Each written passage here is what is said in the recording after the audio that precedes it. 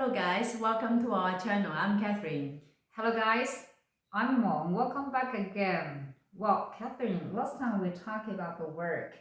So today we can go ahead to talk about the work, right? Yeah, we talk about work attitude, work value between the Western and then the Chinese. Chinese, right? Well, you can share something with the our dear audiences. Firstly, Yeah, I remember when I worked in China.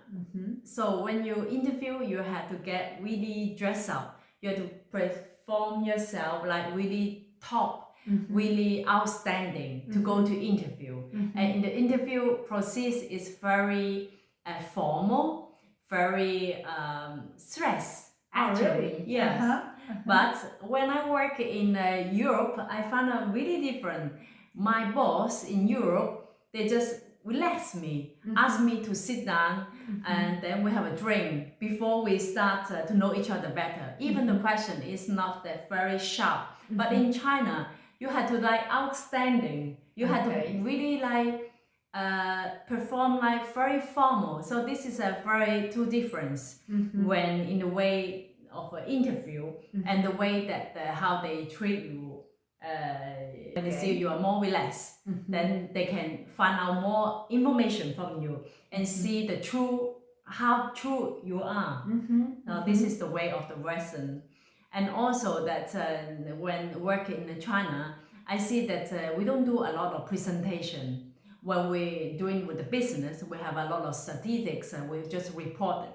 But actually in the Western, you have quite a lot of presentation. You have to always present, you have to show. Definitely. Yeah, so that's why some Chinese, they are not good on presentation because we don't have this work concept. Okay. And also that, I found out that in Western company, if you work well, actually the boss will come to you.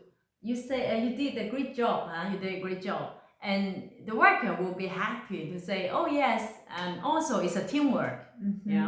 But in China, it's very different. What is the difference? If they come to you say that, wow, you did really good job. It's a leader who lead the team really good. Okay. Then you would just put the praise back to the leader.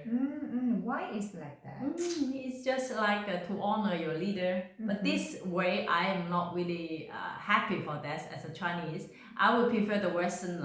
But if you do like this in China, and they were against you. Because it's like coordinated by the team leader. So the team leader is the one leading you. So you should thank the team manager or team leader. Even though you shared your like a talent or your hardworking, but still finally seems like the leader who has received the praise. Yeah. Okay. But this is the Chinese culture. In China, we often do overtime. Yes.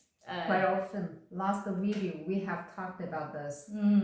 Very often we have overtime. But then in the Western workforce, you don't have to like work very often overtime. Maybe sometimes they also do the overtime, but they are paid, right? Yeah. In China, some work you pay, some you are not. Some you pay exactly how many hours you overtime, but some you maybe you work 4 or 5 hours more, they just pay you 1 hour. Because so you're willing. Fire. Yeah, it's not fire. But the Chinese willing to work overtime. This is the reason. Because everyone is working, how dare you live? Even the manager is there. So have you ever thought about why in China, even though you have to do more overtime, you still want to do that job? But in Western countries, like if you're not willing to do the overtime, you can refuse it. Yeah. Have you ever think why? Have you ever thought why the Chinese people accept even something on fire? Seems like something on fire. Well, it's just the whole culture, Asian is like this. If you think about fair or not fair, it's just the whole society is like this. So you can accept it or you leave. But so have you ever think about like if you're Chinese, you work for the Western companies, and you were used to do the overtime. Oh, they ask you to go home. Don't stay here. I remember my manager asked me to go home. Don't stay. Oh, you did? Yeah. I try to do more, but actually he doesn't want to pay me more. He asked me to go home. Okay. But in China, you had to stay longer even you don't get paid because the work is not done, never be done. But then the culture is like this. Okay. Especially if you are single and they know you have no family, so then you can work longer to get the work done. So make a full use of singles. Right? Yeah, because it's the age that you work hard fight for your career, right? Then you will work hard to fight for it. Okay. Yeah. Mm-hmm. Good. And also it depends on what kind of industry is. Mm-hmm. Like if you're a teacher, you don't have to. But then if you are commercial, then company you more or less you have to stay longer. Mm-hmm. But last time you said you have to use the phone a lot. But here, actually, when they go to work, sometimes they even work without the phone. Yeah. So do you think it is good with the phone? I mean, work with the phone, or it is bad? Is it bad to work with the phone? It depends on if you use well with the phone. You know, in China, you have a lot of WeChat group with the business, so you have to send the quick as possible to contact the client. So sometimes direct phone is needed in China. Okay. It's just the culture. I know in Germany you don't carry phone to work. Yeah, the people can call you in the office, but in China it's different. Yeah. So if in Germany you want to send the documents or the files, just email or office number. The worker tend to not to carry phone. This I really like it. But in China, it's another mentality. You don't use your phone to chat with your friend. Everyone know, because the office is very small, so everyone know who you are, what you are doing. Who you are speaking to. Okay. So can I say that in China we have more sufficient when we work? Yeah, efficiency actually. But it's just two different culture. Okay. Yeah. So we cannot judge. We don't need to judge. No, it is better. Yeah. Or worse, right? Yeah. But just if you are European, if you're working in China, you will feel very stressful because the work speed is very fast. Everything had to ta done, finish, and correct, clean, no mistake. This is how the way Chinese. How you can do until no mistake is by over time you repeat the work, you check everything is fine, then you send out the work. So that will become perfect, but that it takes time. That is depend on you. Yeah. Okay. And then for the Chinese, we also very important to build a relationship. Yeah. So with that's whom? with the client, with the clients, with the everyone, government. Yes. Right. Yeah.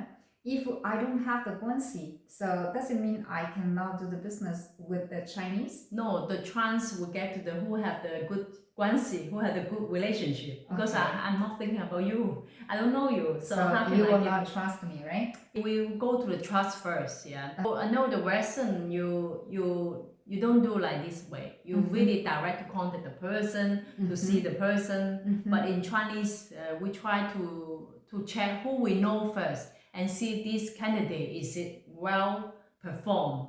If it not, then we'll go to someone we don't know. Yeah.